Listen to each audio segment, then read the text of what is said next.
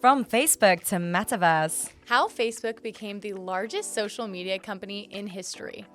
It implements algorithmic preferences, creates mental health issues, destabilizes countries, and yet it is one of the most popular platforms on Earth. I'm Yasmine Tanres. And I'm LaBruna, and we've got issues.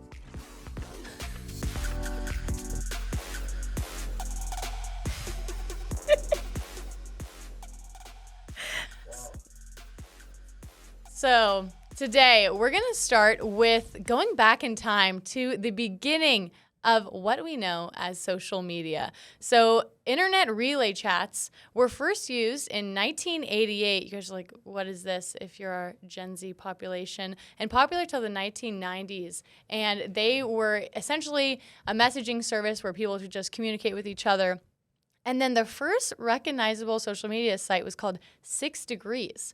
And it was created in 1997, and it allowed users to upload a profile and make friends with other users. But let's get to where we are now. Blogging sites really became popular in the 1990s, 1999, and then sites like MySpace, LinkedIn started to gain prominence in the early 2000s, and then YouTube came out in 2005, creating an entirely new way for people to chat and communicate and upload videos. And by 2006, Facebook and Twitter both became available to users throughout the world. But starting from there, we want to talk a little bit about personal experiences. Yasmine, what is the first memory you have of social media? MSN. Does anybody remember that? Do you? No idea. What about What is MSN Messenger? Nope. Okay. Anybody else in studio knows what MSN was? Was it just more of a European thing? I think so. Oh, okay, guys. All right, not so cool. AOL style, but it was oh my god, all right, I can't really talk about it. And that was the first time I knew about social media. But you know what? When you said YouTube, I was like, I remember this so vividly. The first time I came across YouTube, I had just got my belly pierced. And my mom, I was 16 years old. And my mom hated it. I went with my friend and her mom, who was cool. And then we went to my mom's office. And she was like, what did you do, Yasmine?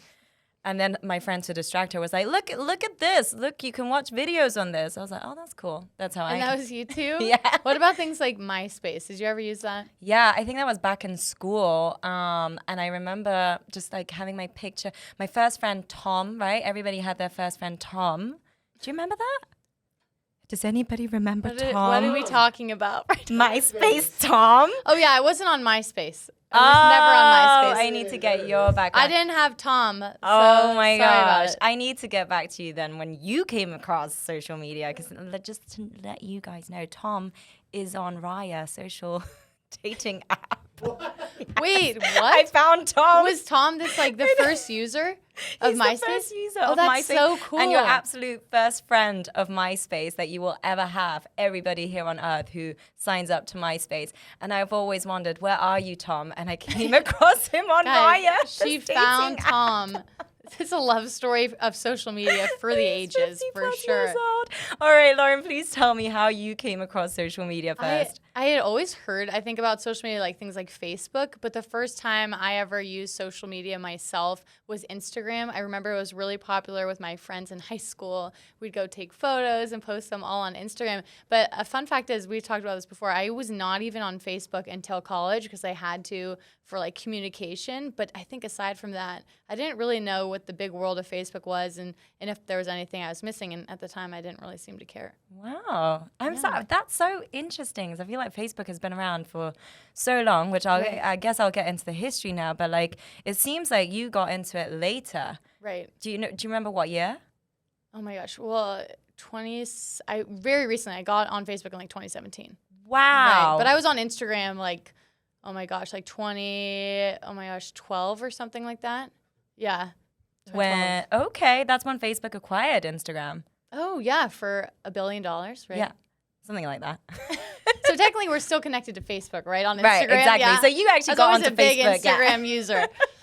That's fascinating. Okay, so Facebook actually first came into fruition originally 2003. It was Face Mash, which was basically just a bunch of, college kids basically looking at each other's appearances, grading them. It's kind of like a dating app in respect, You're like, yes or no. Are they hot enough or not? That got shut down after 2 days because it violated school policies. But already in 2004 then started gaining so much traction outside of Harvard University. Mark Zuckerberg founded it there. And then, if anybody has watched The Social Network, if you haven't, please do watch it. It will give you a lot of context as to how Facebook came into being. But yeah, 2004 was when it actually got registered as an official URL and went beyond its borders of colleges in America to then across the world, and then not just students. It then became something that was accessible for adults as well. So, okay, that's sort of the beginnings of it. I'm so shocked still that Lauren has been on Instagram from 2012, even though I know, I stayed away. 2003, 2004, that's when Facebook came up. Yeah. And I think I got onto Facebook when it first came up because I remember being at school, and because I was a student, I was able to access Facebook early onwards, and I had a lot of American friends, and it had that influence from America, of course, because it was founded over there. But or here, sorry guys, I'm still referring as America as there, just because I'm not an American citizen. You're there everywhere. So yeah, now as we know, okay, and I think this is something that we should also note. In 2004.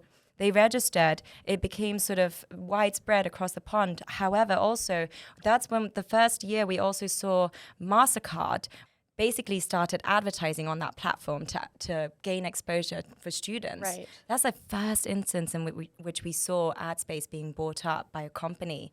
And then it evolved the platform itself into like a news feed and one where you can personally share your information. When you got onto Facebook, I'm curious because 2017, that's kind of late. Did you put like what favorite movies you watched and books and all that stuff? You missed that. I know. I think it's so funny because for me, I thought, wow, you're really just giving up all the info here on Facebook. It's like, ask you your birthday. I think the birthday is one of the only things I had. I got to go back and check. But my brother called me, I think it was like 2 years ago, and he was like, your phone number is on Facebook. I was like, what are you talking about? And my phone number, I had no idea like that it was public because, again, I didn't know how to use Facebook at all, had been out there, and someone like some random friend that he knew had like found my number and texted me, and I was like so confused on how. So I think that kind of goes into the privacy aspect of Facebook. Obviously, it's relatively simple, right? We know there's like the timeline is one of the biggest things on Facebook, and then the news feed, which came out in 2006. But I want to touch on this point as well because I think for many people, especially here in America, you're going to think Facebook, is dominated by American users, but that's actually not the case at all. And I'd love for you to tell them about that. Yeah, so it was interesting. And something that actually our producer, Brian, did note that beyond America, it's for the most part, the world uses Facebook more than Americans. And to be like quite factual here, it's Asia that uses it the most. 54.9% of the world's population uses Facebook in Asia, and then Africa 17.4%, Europe 10.6%, Latin America 8.4%, and then it's North America that's only 4.7%. Can you imagine? And then Middle East 3.4% and Australia 0.6%. I mean, they're tiny there, but like the fact that America is one of the smallest amount of people that that doesn't sound right. It sounds like America has the smallest people or amount smallest of population. people. No, their population uses Facebook Exactly. much less frequently. That is really surprising because I think we're going to go into that as well. Sort of the influence that Facebook has had, on American culture, on American life, in at least the Americans' perspective, is not. It's not just in the realm of the United States. It's much farther beyond that. And I think that's something that is really interesting. We're going to start with some few topics here to discuss social media and Facebook in general. And one we're going to start with is privacy. So we did discuss the news feed. Timeline is something that I think sort of originated with Facebook. That's something that, developed quite quickly. But in 2006, Facebook introduced a news feed, which consisted of every change that a user's friends had made to their pages. Facebook implemented privacy controls in which users controlled what content appeared in their news feed to sort of give people that that option of, you can be more private, aka me somehow having my phone number on Facebook. It's not there anymore. Don't go look. And so that it changes into, I know I'm going to go double check, make sure Legally Blonde is not listed as my favorite movie. But hey, I'm proud of that. Nothing wrong with that. And then I think that really, kickstarts the influence that Facebook had, when people started paying attention, that Facebook had some sort of involvement and influence on political movements. Specifically, in the 2008 presidential election, more than 1,000 Facebook groups were formed in support of both the Democratic candidate Barack Obama, President Barack Obama, and Republican candidate John McCain. In 2011, activists in Egypt protested the government during the uprising and often organized themselves through Facebook groups. So interesting. And then obviously we know as well the influence that Facebook had on the 2016 presidential election as well. And then there was the well-known Cambridge Analytica scandal, maybe well-known, maybe not, which is where personal data from social media was used to manipulate voters with targeted data, and it kind of gave them the advantage to understand what voters liked, what voters were looking for, and then, who their close friends were looking for. And I think that kind of kickstarts where we're at now. Yeah. So just also to give a little bit of more context there, like Facebook, as we know, it started as more of a like social connection platform with your friends, students, whatever. And then it was like, personal information as to who you are, and then sharing news and news feeds and what your mood is like, which is also so bizarre to me. Like, why do I want to share? Unsure of my mood right now. I used to actually love that shit. What would you put? Can you give us an option of one of the moods? I'm so besides like happy or sad. In love or excited. Oh yeah, because relationships are also a big thing on Facebook as well. That's why I honestly feel like it started off as one of those things behind the screen of like who's hot, who's not, and who's in a relationship and who isn't, who can I bug. Anyways, like let's go back to the newsfeed situation here. In 2015, they changed the algorithm in which news feeds were to favor content from your close friends. And then over time in 2016, it adjusted the algorithm again so that it would also, again, just prefer your friends' posts, so not just feeds, but then posts. But then 2018 was a big turn in which it actually preferred, the algorithm was to prefer back and forth discussions. So that's when we started seeing a lot of like commentary, likes, dislikes, or like, it was just a lot of whatever had the most engagement was the content that would be at the top, basically. And then in 2020, like more recently, because of what we've seen happen in recent times, January 6th, they've had to then change the algorithm to more trustworthy and quality news sources. Another thing that really shocked me that I really want to share with you, Lauren, and everybody here as well, it's like this whole clickbait farm situation that exists, that it's not just Facebook that utilizes these algorithms in order to monetize as well through clicks. It's also that they're funding these things. And it's not just Facebook, it's Google as well. There's an article that came out and it was basically explaining as to like how it's broken down percentage-wise, and just long story short, like something has happened prolifically in Myanmar where we've heard a lot of like viral things circulating that are seriously horrific. I can't even put it into words, but just images, videos, and it's instigated wars and destabilized countries as I've briefly mentioned there. But basically clickbait farms, like they'll pick up on one article and then they'll republish it as another article, but basically taking the same words, but it's being published by somebody else, another outlet, which could be real or not, who knows. But because of that, it then becomes viral. And the psychology behind that is the more that a person is exposed to a piece of content or news, the more that they'll believe into it. And that's how, segueing into the next issue, is how the Worst of the Worst project came about as well, in which it basically, there's a report showing that the company also had this information in which the algorithm potentially harms more minority groups than others. And that is also because of the fact in which you're more exposed to this content that's dangerous, and therefore people will start to sort of respond and react in a way that makes it more okay overall within society. Yeah, it's seen as like accepted. Exactly. And that is the real scary part of it. So they, in 2015, Facebook has had the software that they introduced in order to pick up on hate speech. And then in 2019, they announced that their algorithm has picked up on 80% of the hate speech. However, this stat hit a serious problem, which a lot of researchers, there was a group in which they tried, like a civil group that was trying to pick out on these things and to be like external and, correct, because Facebook has been in the news a lot and, done a lot of wrong. And it basically showed how 90% of the hate speech had been removed, but it was towards white people rather than other groups. Oh, Whatever creates the most back and forth discussion will remain because that's the preference of the algorithm. So you'll see. So no matter what the content is, Facebook is going to prioritize the engagement driving posts. Yes. Right. Well, that seems to be what they're presenting here. But obviously they need to make some changes after all of these news coming out, I feel. I don't know how they're going to do that because they've like dispersed the groups that were supposed to be in charge of creating like a, civil, a safe and like a civil. We're saying right. safe space. Safe space. Where obviously social media too, you talked about that at the beginning. It was, not with Face Match, but once it kind of started expanding, it was for people to just connect with each other, and be able to share things. And clearly things have taken a turn. And I also want to bring up some reporting from the Wall Street Journal that showed Instagram, obviously now owned by Facebook, knew that their research of young girls was influenced by Instagram, by what they saw on Facebook, what they saw through these companies, yet they didn't do anything.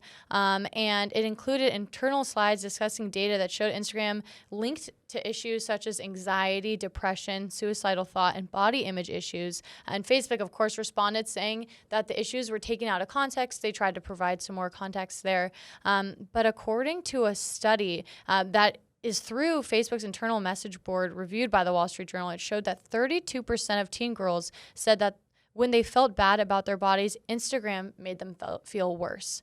And so for the last 3 years, Facebook has actually been conducting studies into how its photo sharing app affects its millions of young users. Repeatedly, the company's research found Instagram is harmful for a sizable percentage of them, and mostly teenage girls. So again, there's a plethora of issues that are going on with social media linked to Facebook, linked to Instagram, and to the way people are not only ingesting information, but seeing themselves, right? Mm-hmm. And I think that's another issue that, you want Facebook to grab a hold of and to actually do something. And the question really will be, do they do anything? And we all know, we saw Frances Haugen testified before a Senate panel, and her focus really, she kept saying, was protecting kids online. And I think this has a direct link to young girls. Well, they've kind of listened to that, I feel. Like this just came out as well, that the encrypted messaging on Facebook and Instagram is halted for the time being. They were going to launch that in 2022.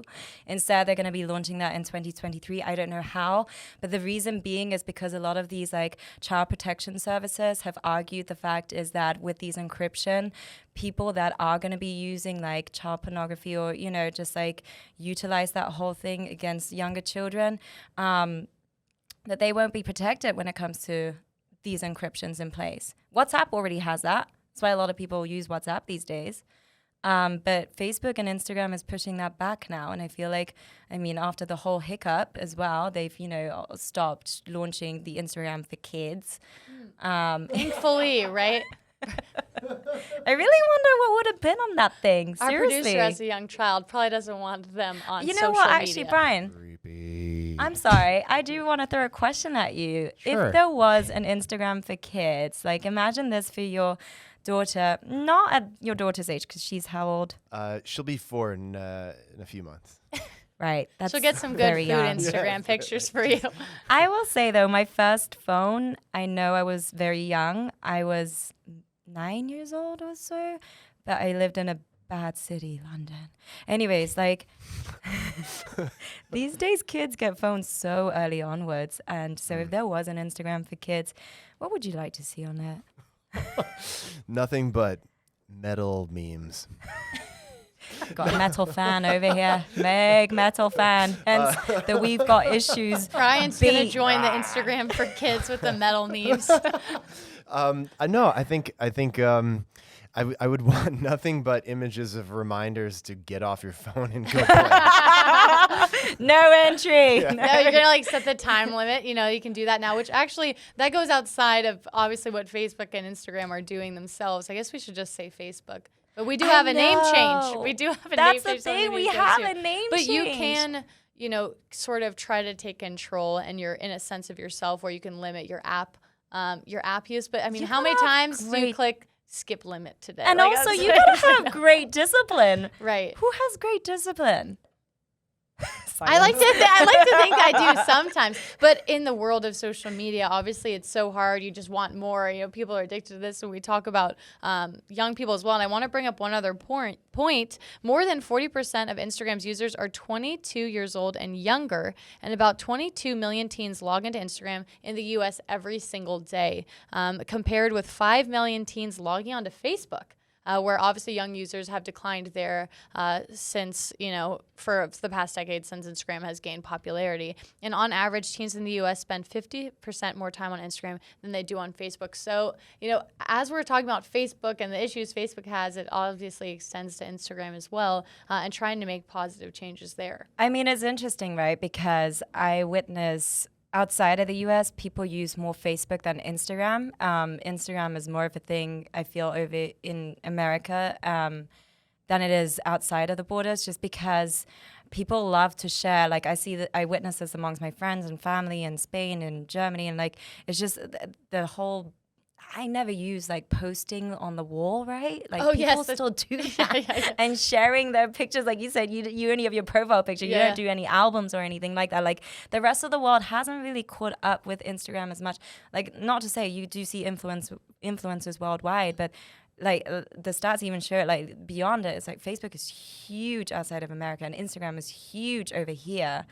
I wonder why. Like, I do wonder why it's more pushed out there than it is here, and here it's Instagram. I know. I couldn't figure it out, honestly. Yeah. It's like, I was not a part of the Facebook world very long, so I can't really comment on that. But I think maybe Instagram as well, they've kind of upped the way that you can produce content, right? It goes beyond just posting a photo. Like, I know Facebook, you can post on your timeline, but you can create reels now. You can add links to your stories. You can post Instagram stories. Like, you can make long IGTV videos. You can go live, and I don't really know I know Facebook can do a lot of videos and things like that. And live as well. And I will say, Instagram has had to obviously or Facebook, whatever, like it's all part of the same meta, isn't it?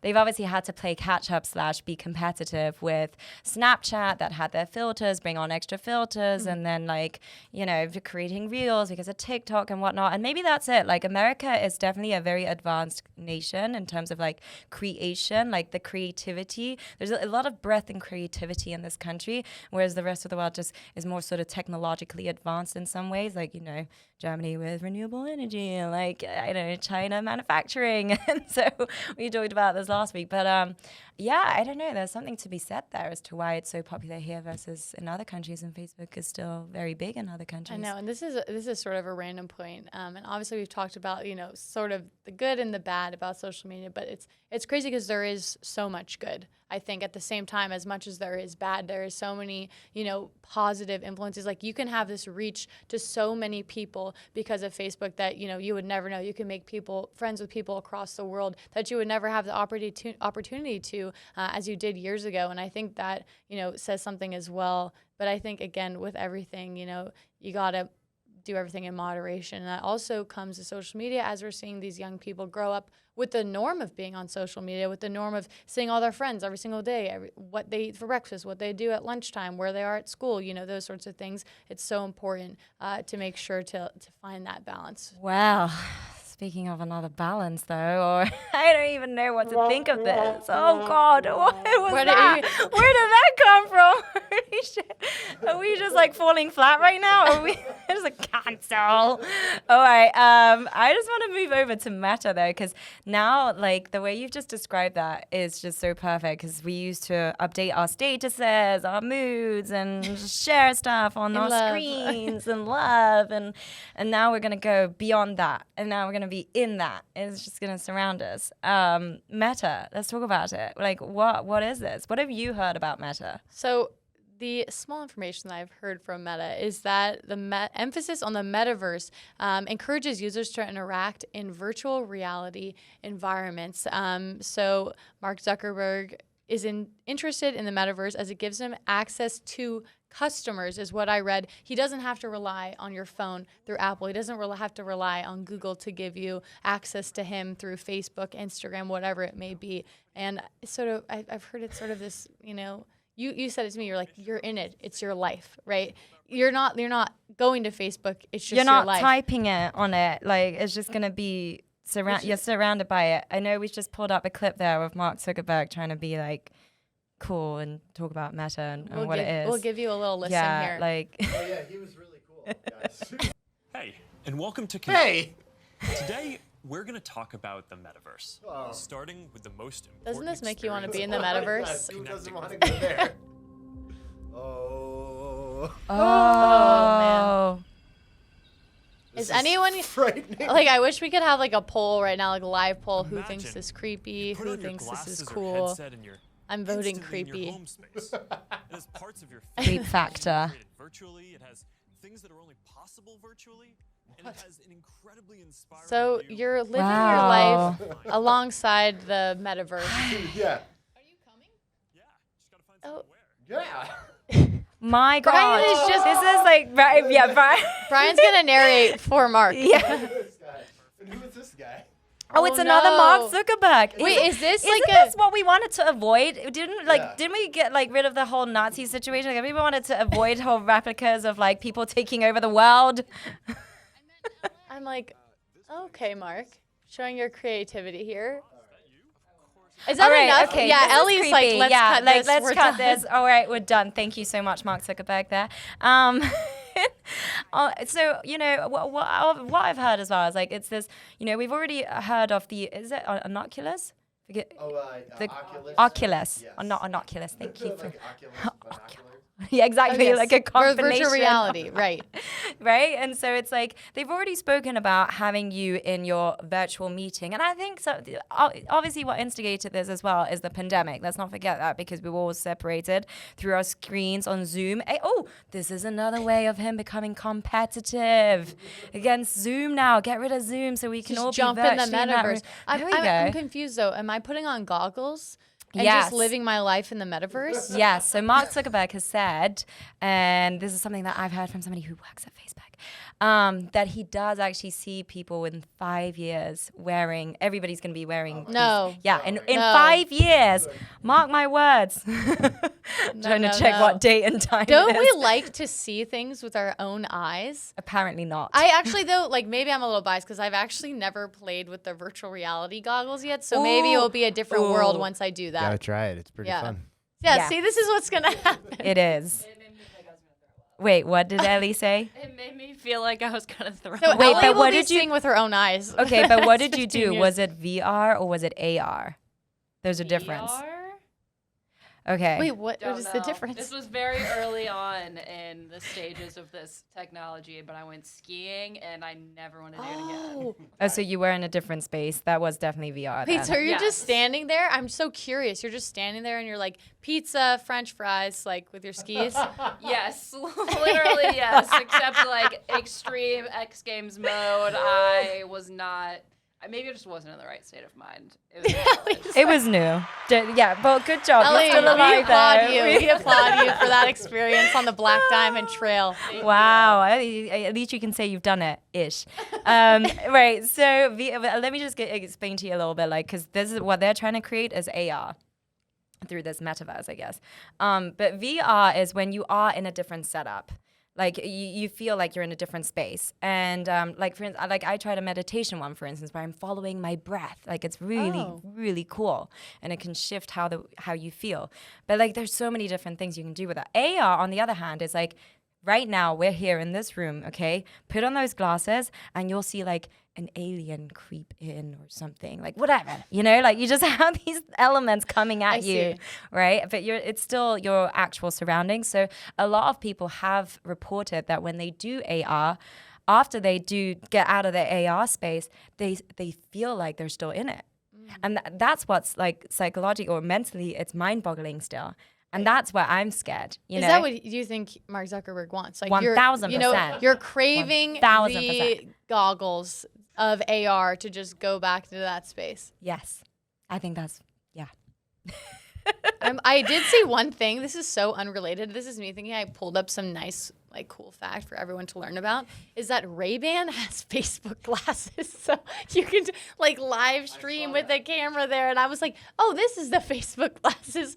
Little did I know that you're going to be transported with aliens if you put on the real Facebook goggles. But it's so interesting because, again, maybe this sounds weird to us. Right? Maybe, think about our parents thinking about us. My mom's like, why what's up with you being on Instagram all day? You know, actually she likes my Instagram, but like, what a weird thought that you're posting everywhere you go and everything you do to say our grandparents. But then we think this is so weird. You're going to be wearing goggles and then this other sort of reality, but you're in your own space. You know, maybe our grandkids will think that's the new normal and they'll just grow up in No, that. I mean, if you watch movies like Minority Report, slightly different, but like you have all these screens and you can be transported into different worlds basically, and driverless cars and all that stuff. Like it's actually happening. It's being made happen, and we're just in that transition of like, oh no, it's happening, but you know, we got to go with the time. What can we do about it? I feel like there's so much we can't do about it, but We can or we can't? we can. We can? do. There's always something to do. Like what? Just don't fall into putting the goggles on. And then I feel like we it could seems do pretty it. simple. No, You I'm know- actually, this has made me want to go delete my Facebook. But you know what's honestly. going to I'm like, I'm gonna happen?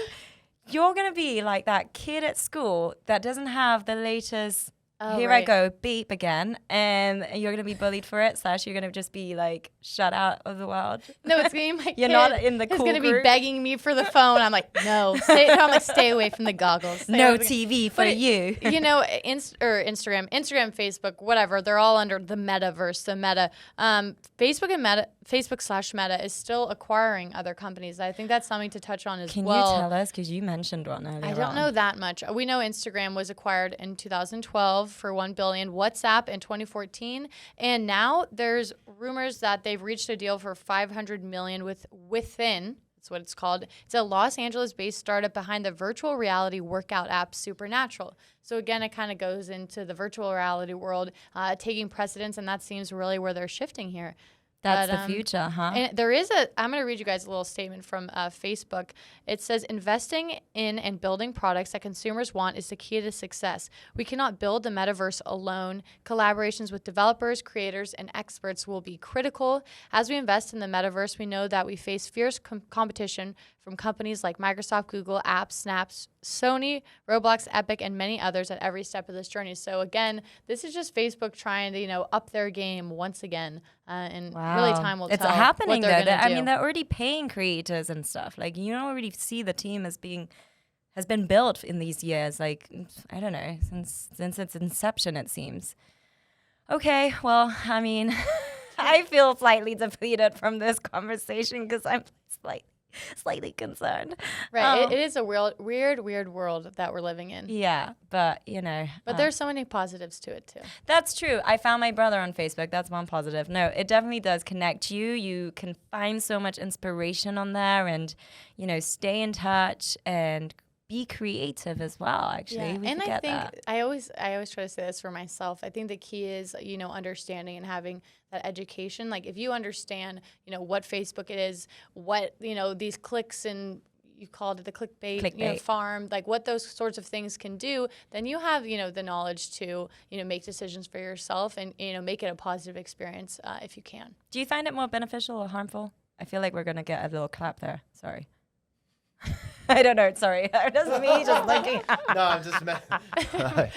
Brian's getting ready to go. It's just because after that Lauren's speech there, I was like, okay, well, that deserves a clap. No, it's so important to stay positive, you know, and things like that.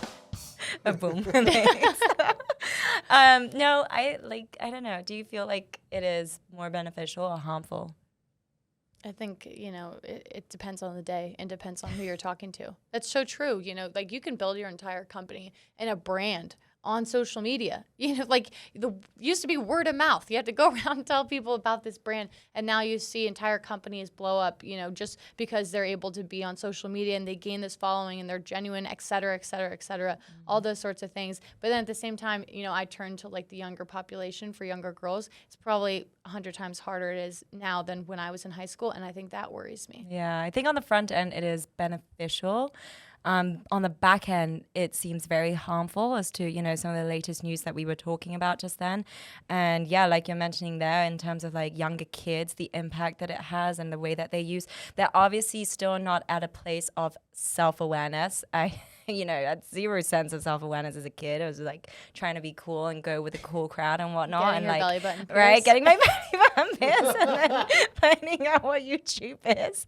And now I'm just like, okay, I can see that this doesn't make me feel good, unfollow or just not go on Instagram for whatever days that I need to have some time. And I think that's the thing that we need to learn / teach as well, is just to get to that level of like what's the boundaries, right? Within technology Setting for those ourselves. boundaries and, and understanding the control there. But I think, Right. To not end on a negative note, I think if we do have a fun little clip from a man in Iceland, recreating what you just saw from Mark Zuckerberg in the Hold on a Metaverse. second. I think that'd be a fun one to show you guys and end on a happy note. Oh yeah.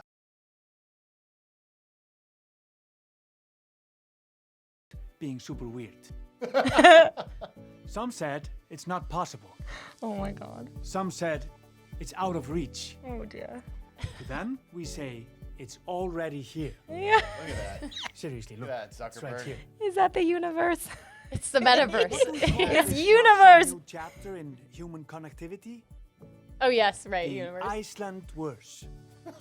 Iceland verse. Enhanced actual reality without silly-looking headsets. Oh. Nothing to Yeah, make you that's- laugh guys like put that. those guys- Yeah. We got rid of them headsets now. We're here to stay in the universe. And has been for millions of years. Yeah. Completely love this. immersive. Oh my god. With water that's wet. Oh, look at that. It's the real universe. Wait, I'm wondering, is this like a humans dig at him to wearing connect with. sunscreen like that on a surfboard? Is that what it is? Obviously, Lauren.